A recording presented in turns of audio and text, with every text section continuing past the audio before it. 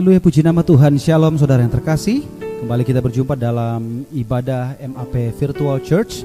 Dan apapun yang sedang kita hadapi hari-hari ini, percaya bahwa ada Tuhan Yesus yang menjadi tempat perlindungan, menjadi tempat perteduhan. Dan kita percaya dimanapun saudara berada melangkah, perlindungannya sempurna bagi saya dan saudara yang percaya. Sama-sama kita teduhkan hati kita, tundukkan kepala kita satu dalam doa. Tuhan, kami percaya bahwa Engkau selalu ada menyertai seluruh kehidupan kami. Dimanapun kami berada melangkah, kami percaya Tuhan, gadamu Tuhan, tongkatmu selalu bersama dengan kami. Perlindunganmu, proteksimu sempurna bagi setiap kami. Karena kami percaya yang maha tinggi menjadi tempat perlindungan, menjadi tempat perteduhan kami, kubu pertahanan Allah yang kami percaya. Dan kami percaya Tuhan Yesus, apapun yang menjadi kerinduan mereka hari ini Tuhan, Tuhan memberkati dalam kehidupan keluarga mereka. Apapun yang menjadi kebutuhan mereka, Tuhan menyediakan yang terbaik. Bahkan apa yang tidak pernah kami lihat, apa yang tidak pernah timbul dalam hati, apa yang tidak pernah kami dengar, Tuhan sediakan bagi setiap kami yang mengasihi-Mu. Di dalam nama Tuhan Yesus Kristus yang diberkati, yang disayang sama Tuhan, sama-sama kita katakan amin. Sama-sama kita kasih tepuk tangan bagi Tuhan Yesus Kristus. Bersama-sama naikkan syukur kita, menyatakan bahwa Tuhan adalah tempat perlindungan, menjadi tempat perteduhan kita, Allah yang kita percaya.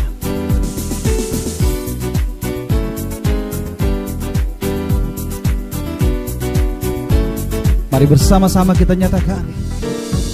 Meskipun musuh di depanku, rintangan menghadang langkahku, ku tahu sungguh Engkau bersamaku.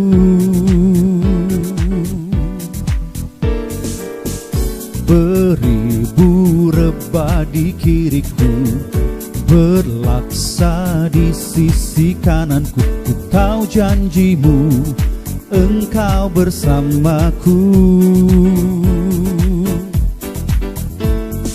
Takkan pernah goyah keyakinanku pada dirimu, Yesus Tuhanku. Tiada yang seperti dirimu. Kaulah kuatku, kebanggaanku, gunung batu dan keselamatanku. Kuat tanganmu, perlindunganku. Kaulah Allah, sumber kemenanganku. Oh. Bersama katakan. Meskipun musuh di depanku, rintangan menghadang langkahku, ku tahu sungguh Engkau bersamaku. Bersama dengan iman kita nyatakan. Beribu rebah di kiriku, berlaksa di sisi kananku, ku tahu janjimu Engkau bersamaku.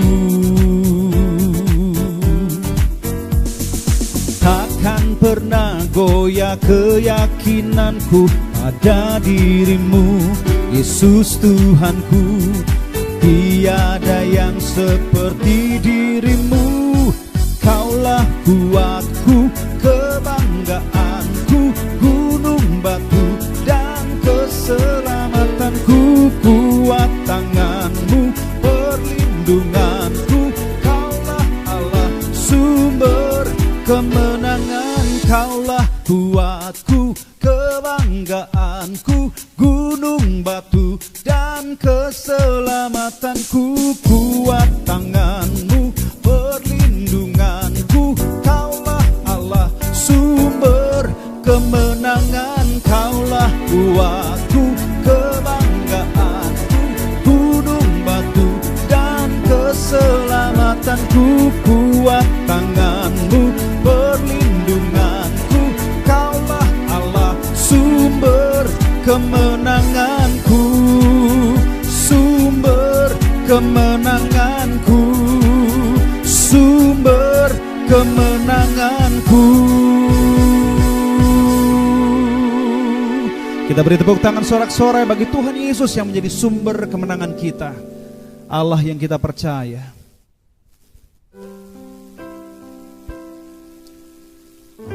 Sebab sekalipun kami berjalan dalam lembah yang kelam, kami percaya Engkau selalu menjaga, Engkau selalu menyertai kami. Terima kasih Tuhan,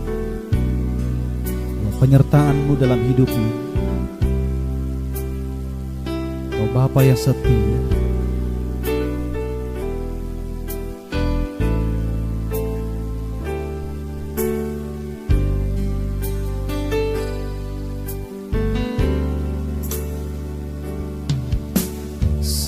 Sekalipun ku berjalan dalam lembah kelam, namun tangan-Mu selalu menopang hidupku. Saat ku dalam ketakutan, Kau hadir di sisiku. Kau berkata, jangan takut, Kau beriku kemenangan. Kaulah Tuhan yang berjanji, tak sekalipun Kau ingkari. Kesetiaan-Mu sungguh terbukti di sepanjang hidupku. Untuk selamanya ku kan setia melayani, mengasihi-Mu. Tiada Tuhan seperti-Mu, Yesus. Kau Allahku yang setia.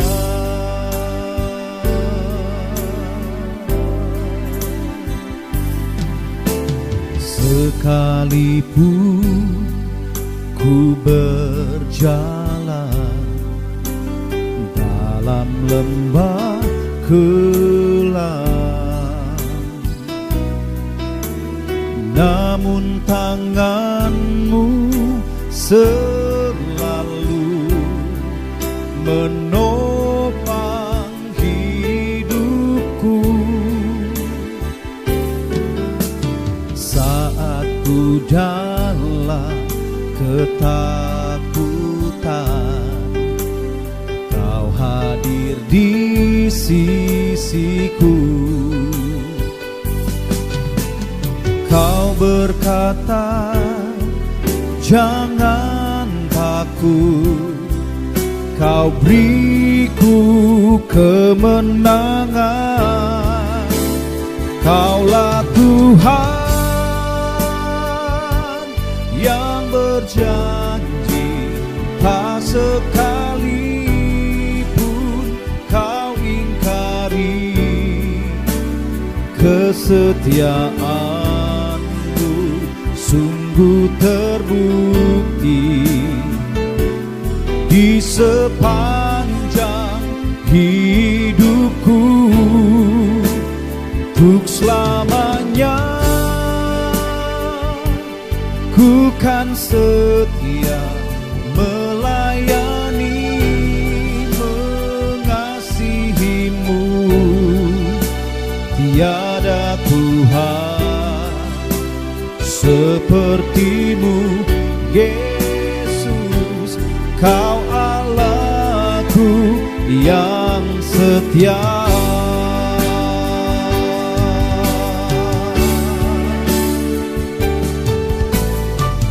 Sebab Kaulah menjadi tempat perlindungan kami, Allah yang maha tinggi menjadi tempat perteduhan bagi kami. Terima kasih Tuhan, dengan kepak sayap-Mu Engkau menaungi setiap kami. Engkau menjadikan kami Tuhan biji mata-Mu yang paling Kau sayang sampai selamanya. Oh, selamanya Kau yang berkuasa. Oh, Yesus Tuhan.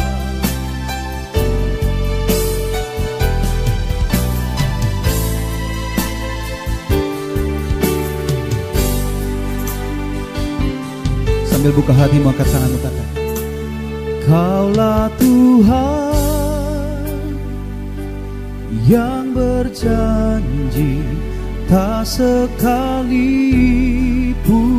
Kau ingkari.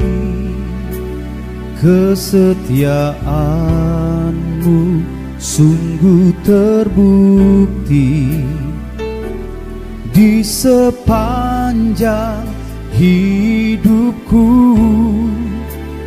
Untuk selamanya ku kan setia melayani, mengasihi-Mu. Tiada Tuhan seperti-Mu, Yesus. Kau Allahku yang setia. Oh, Kaulah Tuhan yang berjanji, tak sekalipun Kau ingkari. Kesetiaan-Mu sungguh terbukti di sepanjang hidupku. Untuk selamanya ku kan setia melayani, mengasihi-Mu. Tiada Tuhan seperti-Mu, Yesus. Kau Allahku yang setia. Tiada Tuhan seperti-Mu, Yesus. Kau Allahku yang setia.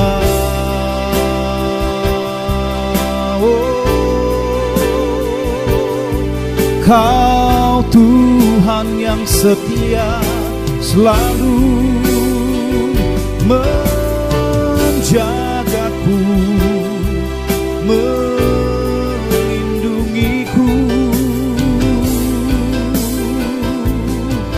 Dengan kepak sayap-Mu Kau menjagaku, Tuhan.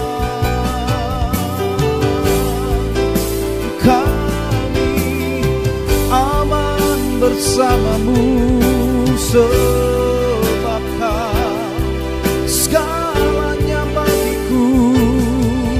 Oh Yesus, oh Kau segalanya dalam hidupku, Yesus.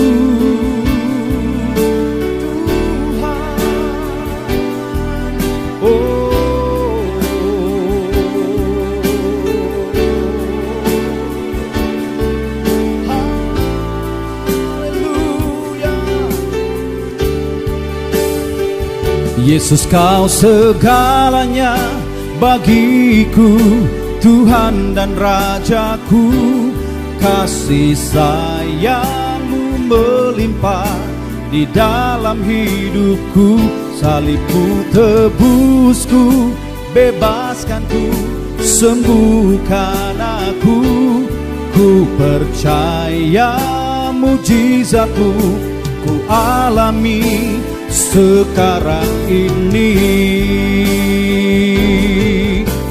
Oh, Yesus, Kau segalanya bagiku, Tuhan dan Rajaku. Kasih sayang-Mu melimpah di dalam hidupku. Salib-Mu tebusku, bebaskanku, sembuhkan aku. Ku percaya mujizat-Mu ku alami. Ku percaya mujizat-Mu ku alami. Ku percaya mujizat-Mu ku alami sekarang ini.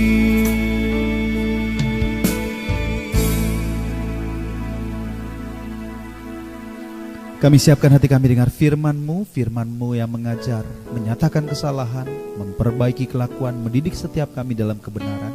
Sederhanakan kata kalimat dari firman-Mu, agar kami dapat mengerti dan melakukannya. Di dalam nama Tuhan Yesus Kristus. Haleluya. Amin.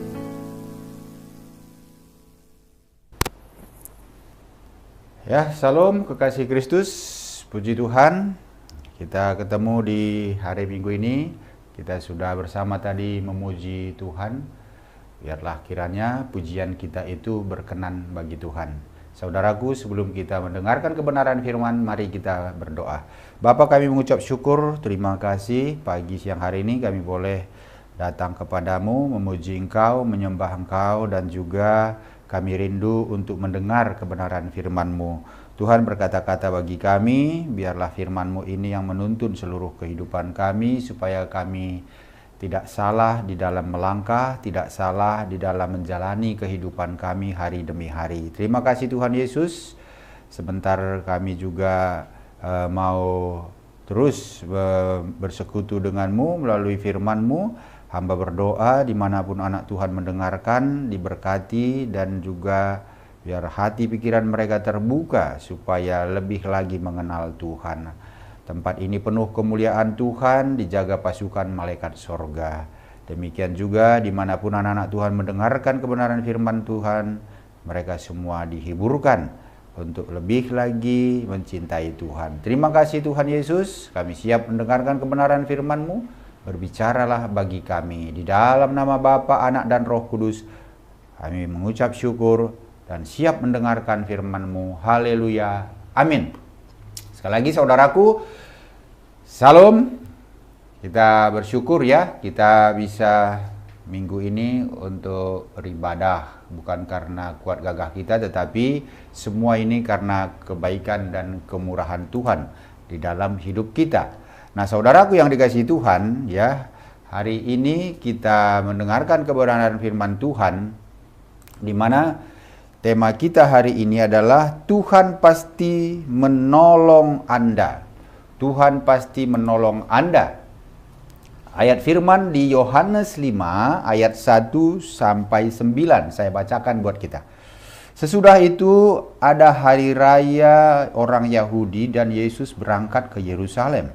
Di Yerusalem dekat pintu gerbang domba ada sebuah kolam yang dalam bahasa Ibrani disebut Bethesda. Ada 5 serambinya, dan di serambi-serambi itu berbaring sejumlah besar orang sakit, orang-orang buta, orang-orang timpang, dan orang-orang lumpuh yang menantikan goncangan air kolam itu. Sebab sewaktu-waktu turun malaikat Tuhan ke kolam itu dan menggoncang air itu. Barang siapa yang terdahulu masuk ke dalamnya sesudah goncangan air itu menjadi sembuh, apapun juga penyakitnya.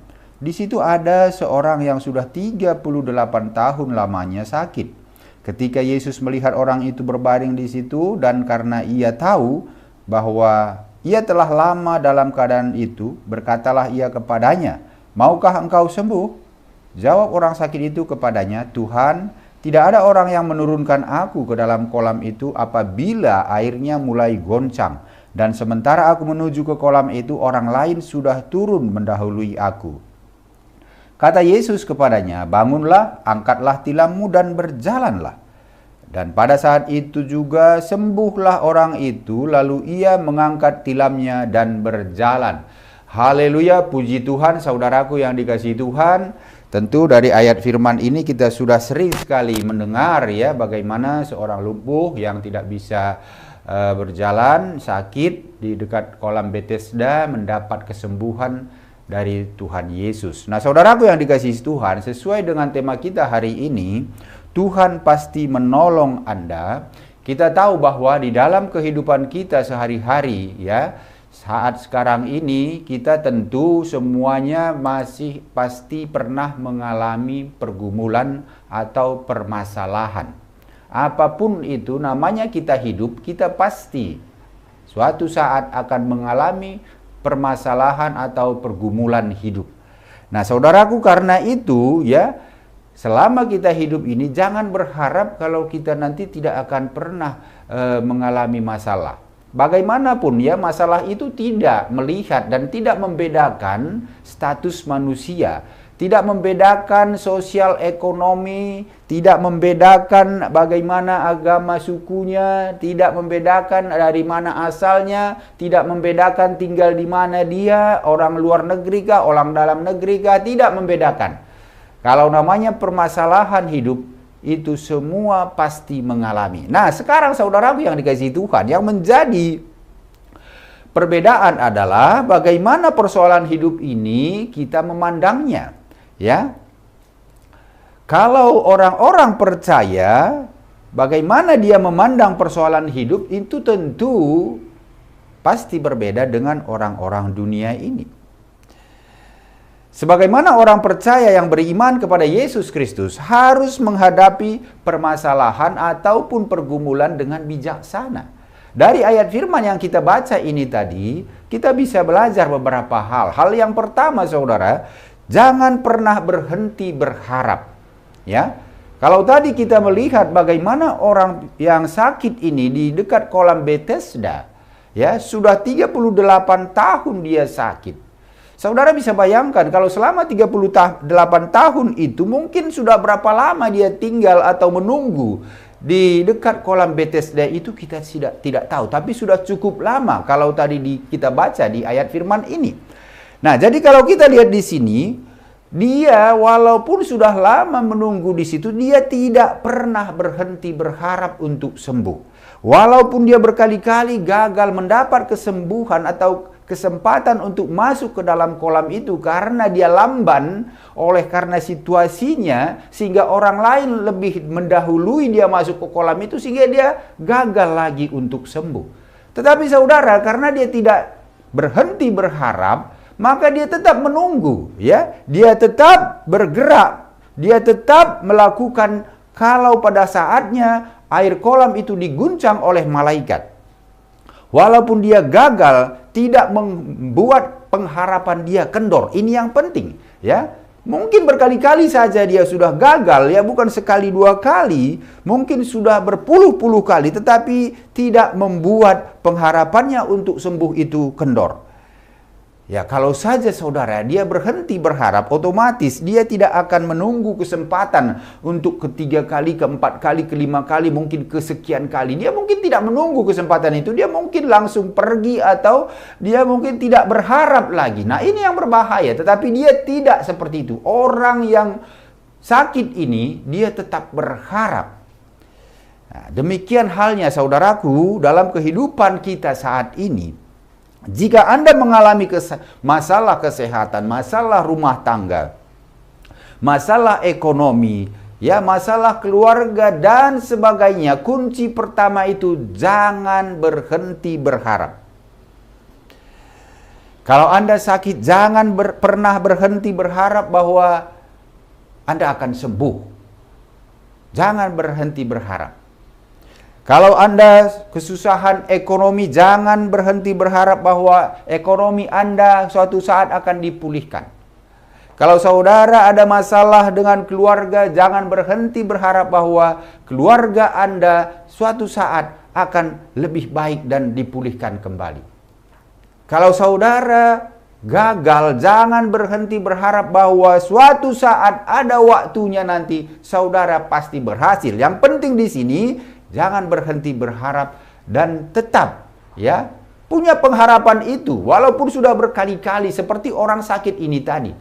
38 tahun dia sakit. Berapa lama dia sudah tinggal dekat kolam itu untuk mendapat kesembuhan, untuk berharap bisa sembuh karena dia mau masuk ke dalam kolam itu. Dan di dalam kolam itu, siapapun yang pertama yang masuk ke sana sudah dinyatakan bahwa sakit apapun dia pasti sembuh. Nah, itulah yang membuat pengharapan dia tetap ada. Kesembuhan itu. Nah, jadi saudaraku yang dikasihi Tuhan, ini penting sekali bagi kita. Dalam menghadapi permasalahan, pergumulan hidup kita, apapun permasalahan kita, jangan berhenti berharap. Paulus menyatakan di Roma 5 ayat 3-5, saya bacakan buat kita semua. Dan bukan hanya itu saja, kita malah bermegah juga dalam kesengsaraan kita. Karena kita tahu bahwa kesengsaraan itu menimbulkan ketekunan. Dan ketekunan menimbulkan tahan uji, dan tahan uji menimbulkan pengharapan. Dan pengharapan tidak mengecewakan karena kasih Allah telah dicurahkan di dalam hati kita oleh Roh Kudus yang telah dikaruniakan kepada kita. Saudaraku yang dikasihi Tuhan, Paulus ini menjelaskan bahwa orang percaya itu sudah dibenarkan karena iman kepada Yesus Kristus.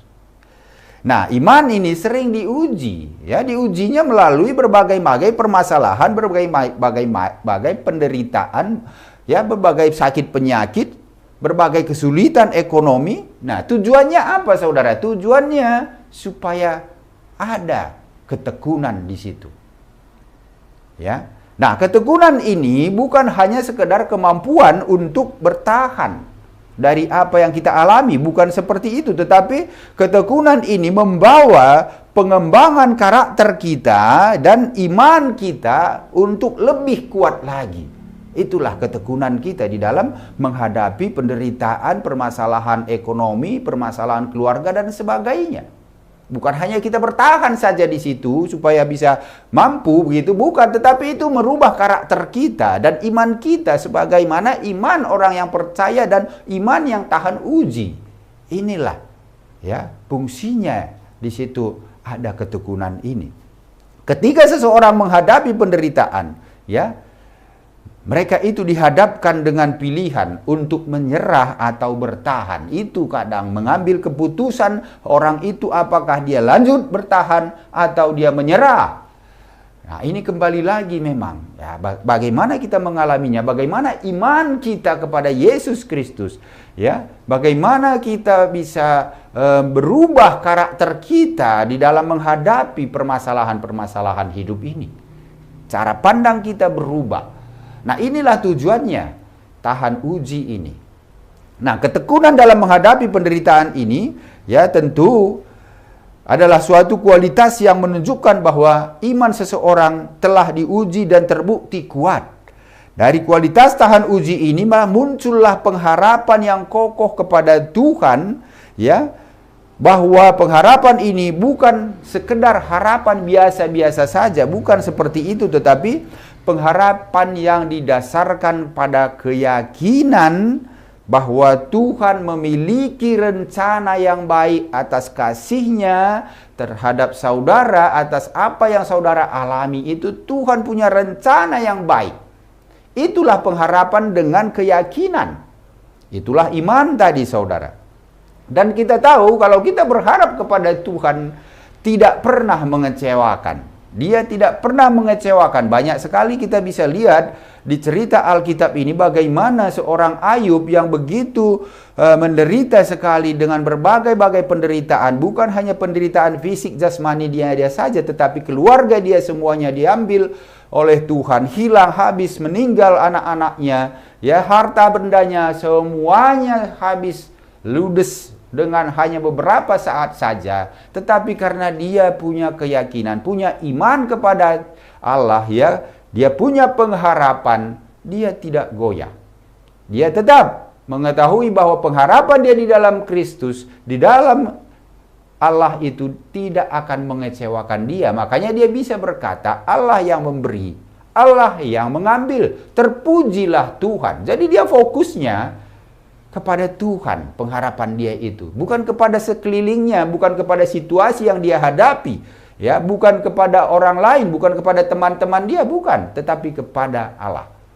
Kita juga hari-hari ini fokus kita harus pengharapan kita kepada Yesus Kristus, bukan kepada situasi, bukan kepada orang lain, ya, bukan kepada pengetahuan atau informasi, bukan, tetapi kepada Yesus Kristus. Sehingga ada waktunya bahwa pengharapan kita itu tidak akan mengecewakan. Itu hal yang pertama, ya. Jangan berhenti berharap. Hal yang kedua, jangan bosan menunggu dan mencoba. Kalau kita lihat tadi, bacaan kita ini, ayat 3 sampai 5 ini, bahwa di Serambi ini banyak sekali orang sakit berbaring, yang timpanglah, yang lumpuhlah, ya, yang menunggu untuk menantikan goncangan air kolam itu. Karena dikatakan sewaktu-waktu nanti malaikat Tuhan akan menggoncang dan siapa yang masuk ke dalamnya itu akan sembuh. Nah, di situ kita lihat bagaimana mereka ini tidak bosan-bosannya menunggu dan mencoba lagi. Orang yang tadi sakit itu yang disembuhkan oleh Tuhan Yesus, dia pun berkali-kali sudah mencoba. Dia tidak bosan menunggu. 38 tahun dia sakit. Berapa lama dia menunggu? Kita tidak tahu berapa lama, tapi sudah cukup lama. Karena Yesus juga mengatakan bahwa dia tahu bahwa orang ini sudah lama menunggu di situ. Nah, jadi saudaraku yang dikasihi Tuhan, kita harus sabar menunggu dan terus mencoba kalau memang ada sesuatu masalah-masalah yang kita hadapi. Ya, saat ini kalau saudara mengharapkan kesembuhan, mengharapkan pemulihan, mengharapkan usaha saudara berhasil, hal yang kedua kuncinya jangan bosan menunggu, ya, tetap sabar dan terus mencoba. Ya. Tunggu waktunya yang tepat. Tunggu waktunya Tuhan. Orang sakit tadi menunggu bagaimana nanti dia bisa masuk ke sana. Walaupun bisa dibilang itu kalau dengan logika dan kalkulasi manusia, dia tidak akan bisa sampai kapanpun masuk ke dalam kolam itu karena situasinya yang membuat dia lamban sehingga orang lain selalu mendahului. Tetapi karena tadi dia sabar menunggu dan mencoba terus sehingga datang pertolongan. Ya, mungkin dia berharap dari kolam itu, tetapi pertolongan dari Tuhan itu bisa dengan cara yang tidak terpikirkan oleh manusia, seperti orang yang lumpuh, yang sakit di dekat kolam Bethesda ini. Dia tidak terpikirkan bahwa dia disembuhkan itu bukan dari masuk ke dalam kolam, tetapi disembuhkan oleh Yesus sendiri. Dia tidak pernah berharap atau tidak pernah berpikir bahwa Yesus akan datang untuk menyembuhkan dia. Nah, itulah kalau kita sabar, ya, kita mencoba terus. Nah, ini saudaraku yang dikasihi Tuhan, kalau Anda sakit sekarang, tunggu waktunya untuk disembuhkan. Kalau Anda minta kesembuhan melalui doa, jangan pernah bosan tunggu waktunya Tuhan. Ya, terus saja coba, terus saja berdoa, tetap berdoa. Sama seperti orang sakit di Bethesda tadi, sudah berkali-kali dia mencoba. Sudah lama dia menunggu.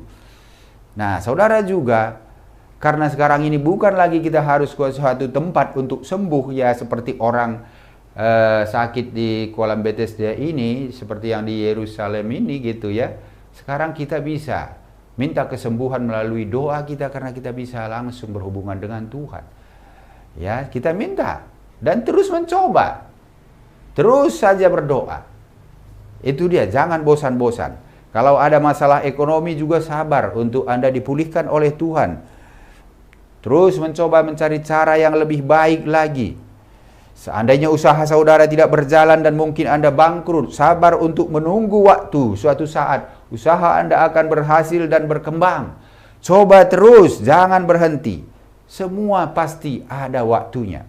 Makanya Pengkhotbah 3 ayat 1 mengatakan, segala sesuatu ada masanya, dan apapun yang di bawah kolong langit ini ada waktunya. Jadi kalau saudara, kalau firman Tuhan sudah menyatakan demikian, ya makanya kita pun jangan bosan-bosan dan teruslah mencoba supaya waktunya nanti disembuhkan, kita bisa sembuh. Waktunya nanti dipulihkan, kita bisa pulih. Nah, ini yang penting saudara. Makanya kalau kita memang mau kita terus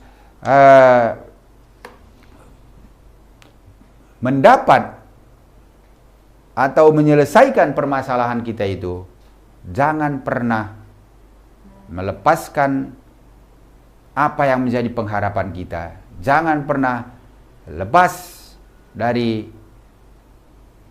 terus berusaha. Jangan pernah lepaskan untuk tetap bersabar. Karena orang-orang seperti itu orang yang diperhatikan oleh Tuhan. Nah, ini hal yang kedua. Hal yang ketiga, saudara, jangan putus asa terhadap keadaan yang saudara hadapi. Tetap fokus. Kalau tadi yang sakit di dekat kolam Bethesda ini, dia putus asa terhadap keadaannya. Dia putus asa karena melihat orang lain lebih dahulu, terus mendahului dia. Sehingga dia tidak fokus lagi atas kesembuhan, maka tidak akan terjadi apa yang dia alami. Ya, dia sudah lama berbaring menunggu dekat kolam itu. Pada waktu Yesus datang dan melihat dia dan bertanya kepadanya, "Maukah engkau sembuh?" Sebenarnya jawabannya itu memang tidak tepat atau tidak langsung menjawab apa yang ditanya oleh Tuhan Yesus. Tetapi di sini saudara, orang lumpuh ini ya, dia menjawab apa? Ya, karena saya tidak ada yang menolong mengangkat dia, sehingga saya tidak selalu ketinggalan, maka saya tidak sembuh gitu. Nah, tetapi di sini orang lumpuh ini tidak putus asa, ya. Yang dia sampaikan kepada Tuhan Yesus itu, jawabannya itu, saudaraku yang dikasihi Tuhan, jawabannya itu tadi fokusnya kesembuhan. Ya. Fokusnya kesembuhan itu. Dia tetap semangat mau sembuh. Dia bilang dia selalu didahului oleh orang masuk sehingga dia gagal sembuh. Tapi lihat, fokusnya bukan kepada orang lain, ya. Walaupun situasinya yang mungkin sepertinya tidak menguntungkan dia karena dia selalu gagal, ya, karena dia nggak bisa cepat bergerak, dia tetap fokus. Dia tidak fokus kepada kegagalan dia tidak fokus kepada orang yang lebih sering mendahului dia, tapi dia fokus dan dia tetap berharap dan kesempatan itu untuk sembuh. Nah, makanya saudara, pada saat Yesus mengatakan angkatlah tilammu dan berjalanlah, dia ingat pada kata Yesus sebelumnya bahwa Yesus ada menyatakan, maukah engkau sembuh? Sehingga kata sembuh itulah fokusnya dia. Ya, memang kesembuhan itu ya harus kita imani dan percaya. Dia juga begitu. Begitu dia dengar kata Yesus, maukah engkau sembuh? Ya, dia tidak fokus lagi ya harus masuk ke dalam kolam itu baru sembuh, tidak. Tetapi dia fokusnya kepada kata sembuh itu. Oh, dia langsung imani bahwa dia akan sembuh, dia mau sembuh, begitu. Sehingga pada saat Yesus mengatakan, bangkitlah, angkatlah tilammu, dia tidak ragu-ragu, saudara. Ya, karena ada kata sembuh yang disampaikan atau diucapkan oleh Yesus itu. Dia fokusnya ke situ. Sehingga begitu disuruh Yesus itu pun dia tidak ragu, dia langsung angkat tilamnya, dia langsung berjalan. Nah, jadi saudaraku yang dikasihi Tuhan, apa yang kita lihat di sini, kalau saat ini Anda mengalami hal yang sama seperti orang sakit ini, kunci yang ketiga itu jangan putus asa dan tetap fokus pada kesembuhannya. Nah, jadi kalau Anda sakit jangan putus asa karena melihat keadaan sekitar, ya, jangan sampai itu membuat Anda putus asa, jangan terpengaruh oleh informasi yang membuat Anda bimbang, ya, jangan juga dengarkan kata-kata yang negatif yang membuat Anda tidak fokus pada hal-hal yang baik, ya, hal-hal yang baik itu ya kata-kata kesembuhan, ya kata-kata yang memberikan semangat itu, saudara malah lupakan itu. Karena apa? Informasi yang saudara dengar hal-hal yang tidak baik tadi. Nah, itu jangan seperti itu. Paulus mengatakan saat dia melayani, memberitakan firman, banyak penderitaan yang dia alami, namun dia tidak putus asa. Dia menuliskan itu di 2 Korintus 4 ayat 8. Dalam segala hal kami ditindas, dalam segala hal. Namun tidak terjepit. Kami habis akal, namun tidak putus asa. Nah, itu. Jadi tidak putus asa ini sangat penting sekali, dan itu harus kita tetap pertahankan dalam kondisi apapun. Nah, karena apa? Pengharapan tadi. Kita ada pengharapan kepada Tuhan. Kita pengharapan untuk sembuh. Kita pengharapan untuk dipulihkan secara ekonomi. Ya. Dan kita juga sabar untuk menunggu dan terus mencoba. Jadi ada juga usaha kita untuk hal yang baiknya. Nah, makanya saudaraku dikasihi Tuhan, kalau Anda ada masalah ekonomi, jangan putus asa, tetap berusaha. Jangan lihat keadaan yang melemahkan semangat Anda. Jangan terpengaruh orang lain yang mungkin ya ceritanya kepada saudara dia gagal-gagal terus, sehingga apa? Putus asa. Saudara pun jadinya tidak semangat lagi, saudara ikut putus asa. Nah, jangan sampai seperti itu, ya. Tetap fokus pada pengharapan akan hasil yang baik dan pemulihan kembali. Jadi saudaraku yang dikasihi Tuhan, kalau kita lihat dari ayat firman yang kita baca ini, bagaimana seorang sakit yang disembuhkan oleh Tuhan Yesus, maka kita bisa ambil suatu kesimpulan bahwa dari orang sakit yang di Bethesda ini menjadi pelajaran bagi kita. Pertama itu, bahwa apapun yang menjadi permasalahan Anda saat ini pasti akan berlalu. Semua ada jalan keluarnya, semua ada waktunya. Nah, itu hal yang pertama kita harus ingat. Hal yang kedua, dalam keadaan lemah, sakit, masalah ekonomi dan lainnya, sangat diperlukan penguasaan diri. Ya, tidak gampang menyerah dan tidak terbawa suasana negatif yang sekitar kita. Orang sakit Bethesda tadi, dia tidak gampang menyerah, dia tidak terbawa suasana di sekitarnya yang mana ya dia lihat orang lebih dulu, dia tidak terpengaruh itu. Dia tidak menyerah dan dia tetap fokus kepada kesembuhan. Itu hal yang kedua. Hal yang ketiga, saudara, orang yang sabar, ya, sabar baik itu sabar dalam menunggu, sabar dalam menerima keadaan, ya, tidak putus asa dan fokusnya pada hal-hal yang baik, pasti akan ditolong Tuhan. Ya. Orang sakit dekat kolam Bethesda ini, dia tidak pernah terpikir bahwa Yesus datang untuk menolong dia, tetapi karena dia sabar, ya, dia tidak putus asa, dia menunggu, fokus terus pada kesembuhan itu, maka pertolongan datang, Yesus datang menolong dia. Demikian juga saudara, apapun jadi permasalahan saudara hari ini, ya, jangan lepas pengharapan, sabarlah menunggu dan terus berdoa, terus jangan berhenti berdoa. Ya, dan jangan terpengaruh oleh sekitar saudara untuk hal-hal yang negatif. Maka pertolongan Tuhan pasti saudara terima. Tuhan memperhatikan orang yang sabar. Tuhan memperhatikan orang yang tidak gampang mengeluh atau yang sering mengeluh. Ya. Tuhan memperhatikan orang yang tidak patah semangat. Tuhan memperhatikan orang yang selalu berpikir positif. Ini penting saudara. Walaupun dia tidak mengenal Tuhan, seandainya seseorang yang mengalami permasalahan, mungkin dia tidak mengenal Tuhan, artinya bukan orang percaya. Tetapi kalau dia tadi pengharapan itu tetap ada, terus dia bersabar, terus dia terus mencoba, begitu ya, dia tidak terpengaruh oleh hal-hal yang negatif, dia juga bisa mendapatkan pertolongan dan dia bisa mendapatkan pemulihan. Kalau kita lihat, ya, orang sakit yang di kolam Bethesda ini pun bukan pengikut Yesus. Dia tidak kenal, malah dia tidak tahu. Kalau saudara baca selanjutnya, dia datang ke bait Allah, terus dia ketemu imam-imam bilang, kenapa kamu pada hari Sabat sudah sembuh dan berjalan dan disembuhkan pada hari Sabat itu? Siapa yang menyembuhkan engkau? Dia tidak tahu katanya. Ada orang yang bilang, ya angkat tilammu berjalan, ya saya berjalan saja. Saya angkat tilam saya dan saya sembuh. Nah, itu dia tidak kenal siapa Yesus. Nah, demikian juga saudara yang dikasihi Tuhan, ya.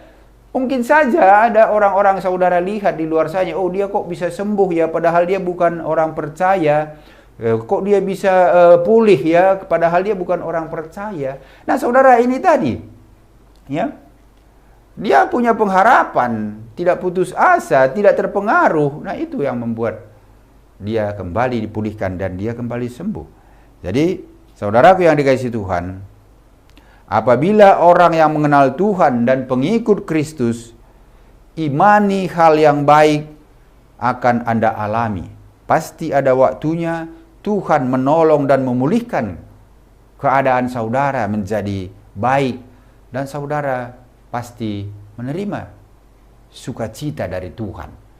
Ya, orang-orang percaya itu pasti lebih lagi mendapat damai sejahtera sukacita dalam hal apapun kalau tetap berharap, percaya, dan terus tidak bosan-bosannya untuk terus meminta kepada Tuhan dengan iman dan percaya. Nah, saudaraku yang dikasihi Tuhan, inilah firman untuk siang hari ini, bahwa Tuhan pasti menolong Anda apapun yang menjadi permasalahan, apapun yang menjadi pergumulan saudara hari ini. Percaya, Tuhan pasti menolong saudara. Demikian firman Tuhan. Terima kasih. Tuhan Yesus memberkati. Salam.